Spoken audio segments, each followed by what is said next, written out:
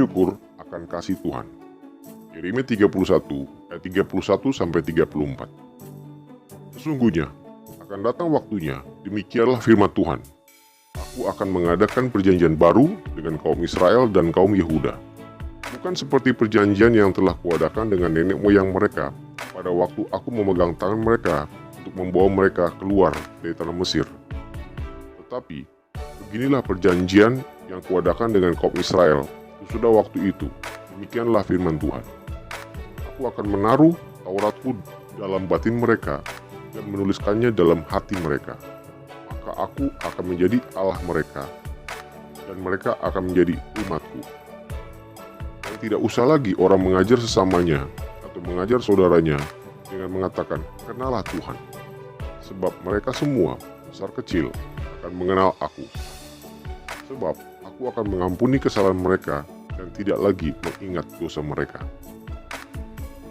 Pasal 31 ini berhubung dengan pengembalian Israel dan Yehuda ke negeri perjanjian.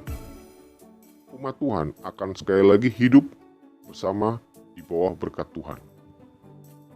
Tuhan akan membawa mereka kembali karena kasih-Nya yang kekal untuk umat-Nya dan komitmennya pada perjanjian dengan Abraham dan dengan Israel atau Yakub. Israel akan memiliki sukacita, damai sejahtera, kemakmuran, dan persekutuan yang baru di dalam Tuhan. Di pasal inilah satu-satunya pernyataan yang tegas dalam perjanjian lama tentang perjanjian baru.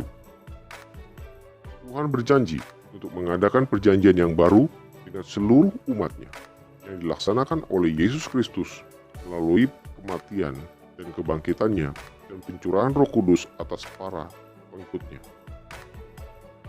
Dalam perjanjian baru juga menjelaskan bahwa orang bukan Yahudi dapat mengambil bagian dalam perjanjian baru apabila mereka percaya kepada Yesus sebagai Mesias dan menyerahkan diri kepadanya sebagai Tuhan dan Juru Selamat.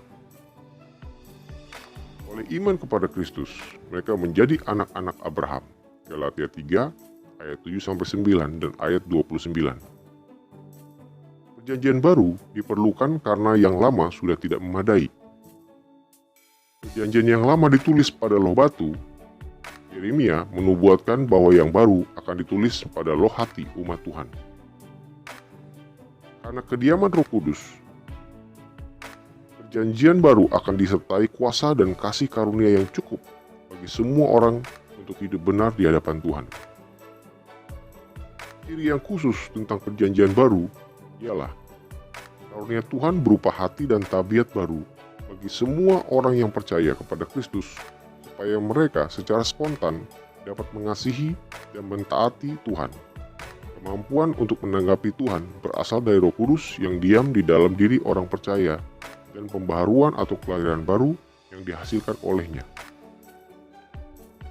Satu cara yang pasti untuk mengetahui bahwa kita termasuk umat yang diselamatkan, yang ikut serta dalam perjanjian baru, ialah apakah kita memiliki keinginan yang sungguh-sungguh untuk menyenangkan Tuhan dan hidup sesuai dengan standar-standar kebenarannya.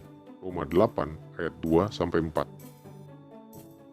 Pada perjanjian yang baru, setiap orang yang percaya kepada Kristus akan mengenal Tuhan secara pribadi dan mempunyai persekutuan yang akrab dengannya. Semua orang percaya dapat langsung masuk ke hadapan Tuhan, dan kehadiran Tuhan akan menyertai orang percaya melalui Roh Kudus. Pengampunan dosa dan pendamaian dengan Tuhan yang dihasilkannya merupakan dasar dari perjanjian baru. Keduanya berlandaskan korban pendamaian Kristus di salib. Demikianlah begitu besar kasih Tuhan kepada kita umatnya, sampai perlu memperbaharui perjanjiannya dengan kita. Marilah kita yang hidup dalam perjanjian yang baru lebih bersyukur dan harus lebih menanggapi kasih Tuhan kepada kita. Semoga Tuhan Yesus memberkati.